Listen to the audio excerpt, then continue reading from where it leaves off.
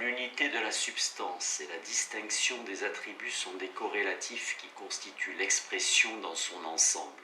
La distinction des attributs ne fait qu'un avec la composition qualitative d'une substance ontologiquement une. La substance se distingue en une infinité d'attributs qui sont comme ses formes actuelles ou ses qualités composantes. Avant toute production, il y a donc une distinction, mais cette distinction est aussi bien composition de la substance elle-même. Il est vrai que la production des modes se fait par différenciation, mais il s'agit alors d'une différenciation purement quantitative. Si la distinction réelle n'est jamais numérique, inversement, la distinction numérique est essentiellement modale. Sans doute le nombre convient-il mieux aux êtres de raison qu'aux modes mêmes. Reste que la distinction modale est quantitative, même si le nombre exprime mal la nature de cette quantité. On le voit bien dans la conception spinoziste de la participation.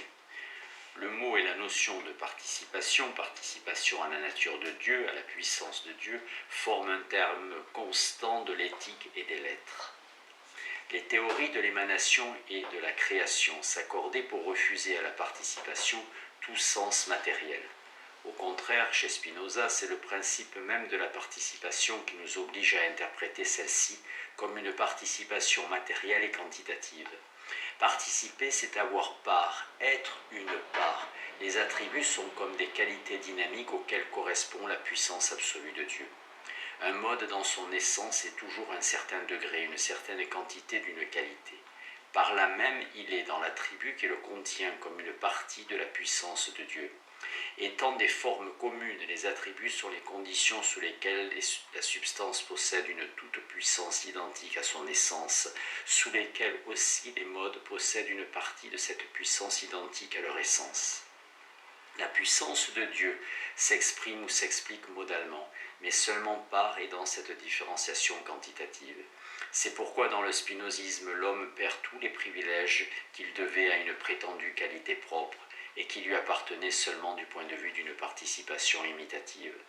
Les modes se distinguent quantitativement. Chaque mode exprime ou explique l'essence de Dieu, pour autant que cette essence s'explique elle-même par l'essence du mode, c'est-à-dire se divise suivant la quantité correspondant à ce mode.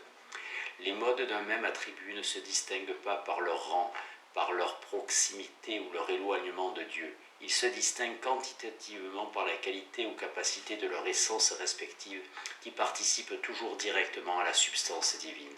Sans doute une hiérarchie semble subsister chez Spinoza entre le mode infini immédiat, le mode fini médiat et les modes finis. Mais Spinoza rappelle constamment que Dieu n'est jamais à proprement parler cause éloignée. Chaque fois que Spinoza parle de cause dernière ou éloignée, il précise que la formule ne doit pas être prise à la lettre. Dieu considéré sous tel attribut est cause prochaine du mode infini immédiat correspondant. Quant au mode infini que Spinoza appelle média, il découle de l'attribut déjà modifié. Mais la première modification n'intervient pas comme une cause intermédiaire dans un système d'émanation. Elle se présente comme la modalité sous laquelle Dieu lui-même produit en lui-même la seconde modification.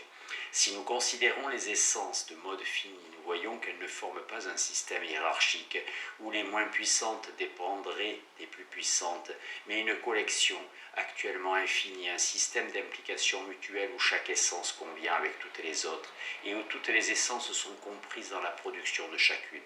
Ainsi, Dieu produit directement chaque essence avec toutes les autres. Enfin, les modes existants eux-mêmes ont Dieu pour cause directe. Sans doute un mode existant fini renvoie-t-il à autre chose que l'attribut. Il trouve une cause dans un autre mode existant. Celui-ci à son tour dans un autre à l'infini.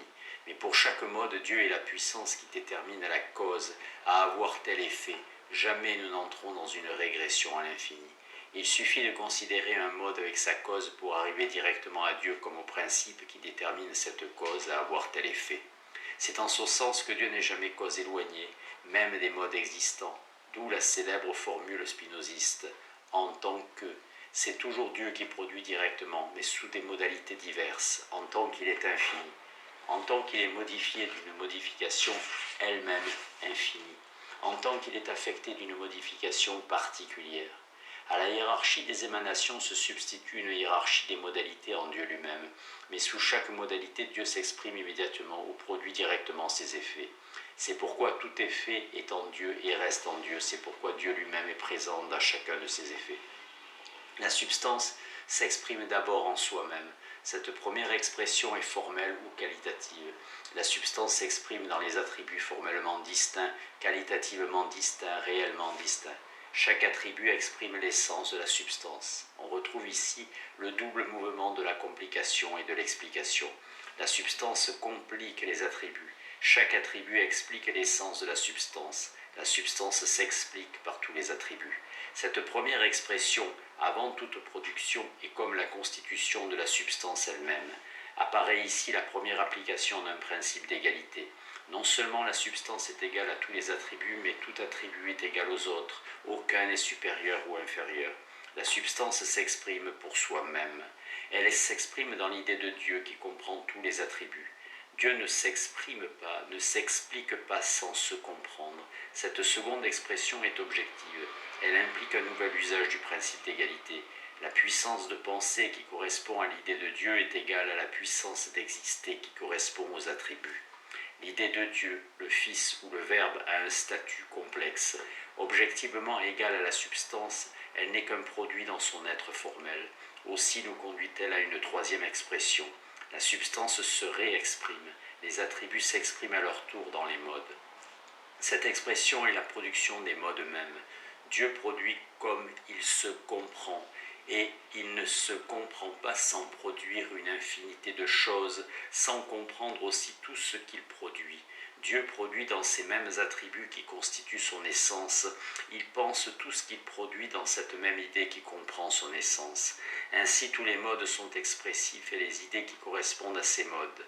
Les attributs compliquent les essences de modes et s'expliquent par elles comme l'idée de Dieu comprend toutes les idées et s'explique par elles. Cette troisième expression est quantitative, aussi aura-t-elle deux formes comme la quantité elle-même, intensive dans les essences de mode, extensive quand les modes passent à l'existence. Le principe d'égalité trouve ici sa dernière application. Non pas que les modes soient égaux à la substance elle-même, mais la supériorité de la substance n'entraîne aucune éminence. Les modes sont précisément expressifs, en tant qu'ils impliquent les mêmes formes qualitatives que celles qui constituent l'essence de la substance. Troisième partie, théorie du mode fini. Chapitre 12. L'essence de mode, passage de l'infini au fini. On retrouve chez Spinoza l'identité classique de l'attribut et de la qualité. Les attributs sont des qualités éternelles et infinies. C'est en ce sens qu'ils sont indivisibles. L'étendue est indivisible en tant que qualité substantielle ou attribut. Chaque attribut est indivisible en tant que qualité, mais aussi chaque attribut qualité a une quantité infinie qui, elle, est divisible sous certaines conditions. Cette quantité infinie d'un attribut forme une matière, mais une matière seulement modale. Un attribut se divise donc modalement, non pas réellement. Il y a des parties qui se distinguent modalement, des parties modales non pas réelles ou substantielles. Ceci est valable pour l'étendue comme pour les autres attributs. N'y a-t-il pas des parties dans l'étendue avant qu'il y ait des modes? En aucune façon, dis-je. Mais il apparaît dans l'éthique que le mot partie doit être compris de deux façons. Tantôt il s'agit de partie de puissance, c'est-à-dire de partie intrinsèque ou intensive, véritable degré de puissance ou d'intensité. Ainsi, les essences de mode se définissent comme des degrés de puissance. Spinoza retrouve une longue tradition scolastique selon laquelle modus intrinsecus égale gradus égale intentio. Le problème de l'intensité ou du degré joue un rôle important, notamment au XIIIe et XIVe siècle. Une qualité peut-elle, sans changer de raison formelle ou d'essence, être affectée par des degrés divers? Et ces affections appartiennent-elles à l'essence elle-même ou seulement à l'existence? La théorie du mode intrinsèque ou du degré est particulièrement développée dans le scotisme. Mais tantôt aussi il s'agit de parties extrinsèques ou extensives extérieures les unes aux autres, agissant du dehors les unes sur les autres. C'est ainsi que les corps les plus simples sont les ultimes divisions modales extensives de l'étendue. On évitera de croire que l'extension soit un privilège de l'étendue. Les modes de l'étendue se définissent essentiellement par des degrés de puissance, et inversement, un attribut comme la pensée a lui-même des parties modales extensives et des idées qui correspondent aux corps les plus simples. Tout se passe donc comme si chaque attribut était affecté de deux quantités elles-mêmes infinies mais divisibles sous certaines conditions, chacune à sa manière. Une quantité intensive qui se divise en parties intensives ou en degrés. Une quantité extensive qui se divise en parties extensives. On ne s'étonnera donc pas que, outre l'infini qualitatif, des attributs qui se rapportent à la substance, Spinoza fasse allusion à deux infinis quantitatifs proprement modaux. Il écrit dans la lettre à Meyer « Certaines choses sont infinies par la vertu de la cause dont elles dépendent, et toutefois quand on les conçoit abstraitement, elles peuvent être divisées en parties et être considérées comme finies. Certaines autres enfin peuvent être dites infinies ou si vous préférez indéfinies, parce qu'elles ne peuvent être égalées par aucun nombre, bien qu'on puisse les concevoir comme plus grandes ou plus petites. Mais alors beaucoup de problèmes se posent. En quoi consistent ces deux infinis? Comment et sous quelles conditions se laissent-ils diviser en parties? Quels sont leurs rapports et quels sont les rapports de leurs parties respectives? Qu'est-ce que Spinoza appelle une essence de mode, essence particulière ou singulière? Sa thèse se résume ainsi. Les essences de mode ne sont ni des possibilités logiques, ni des structures mathématiques, ni des entités métaphysiques, mais des réalités physiques, des res physicae. Spinoza veut dire que l'essence en tant qu'essence a une existence. Une essence de mode a une existence qui ne se confond pas avec l'existence du mode correspondant. Une essence de mode existe, elle est réelle et actuelle, même s'il n'existe pas actuellement le mode dont elle est l'essence. D'où la conception de ce que Spinoza se fait du mode non existant. Celui-ci n'est jamais quelque chose de possible, mais un objet dont l'idée est nécessairement comprise dans l'idée de Dieu, comme son essence est nécessairement contenue dans un attribut. Nous avons des idées vraies et des modifications non existantes, parce que leur essence est comprise en une autre chose, de telle sorte qu'elles peuvent être conçues par cette chose. L'idée d'un mode inexistant est donc le corrélat objectif nécessaire d'une essence de mode. Toute essence est essence de quelque chose. Une essence de mode est l'essence de quelque chose qui doit être conçu dans l'entendement infini. De l'essence elle-même, on ne dira pas qu'elle est impossible. On ne dira pas davantage que le mode non existant tende, en vertu de son essence, à passer à l'existence. Sur les deux points, l'opposition est radicale entre Spinoza et Leibniz. Chez Leibniz, l'essence ou la notion individuelle est une possibilité logique. Il ne se sépare pas d'une certaine réalité métaphysique, c'est-à-dire d'une exigence d'existence, d'une tendance à l'existant. Leibniz de l'origine radicale des choses. Il y a dans les choses possibles, c'est-à-dire dans la possibilité même ou l'essence, quelque exigence d'existence, pour ainsi dire, quelque prétention à l'existence, et pour la refermer en un mot, l'essence tend d'elle-même à l'existence. Il n'en est pas ainsi chez Spinoza. L'essence n'est pas une possibilité, mais possède une existence réelle qui lui revient en propre. Le mode non existant ne manque de rien et n'exige rien, mais est conçu dans l'entendement de Dieu comme le corrélat de l'essence réelle. Ni réalité métaphysique, ni possibilité logique, l'essence de mode est pure réalité physique. C'est pourquoi les essences de mode n'ont pas moins une cause efficiente que les modes existants. Dieu n'est pas seulement cause efficiente de l'existence des choses, mais encore de leur essence. Lorsque Spinoza montre que l'essence d'un mode n'enveloppe pas l'existence, certes il veut dire d'abord que l'essence n'est pas cause de l'existence du mode, mais il veut dire aussi que l'essence n'est pas cause de sa propre existence. Spinoza dit que l'essence des choses produites par Dieu n'enveloppe pas l'existence, c'est-à-dire l'essence d'une chose n'enveloppe pas l'existence de cette chose, mais dans le corollaire, il ajoute soit que les choses existent, soit qu'elles n'existent pas. Toutes les fois que nous portons notre attention sur leur essence, nous trouvons qu'elles n'enveloppent ni l'existence ni la durée. Par conséquent, leur essence ne peut être cause ni de sa propre existence, ni de sa propre durée. Nece suae existentiae, nece suae durationis.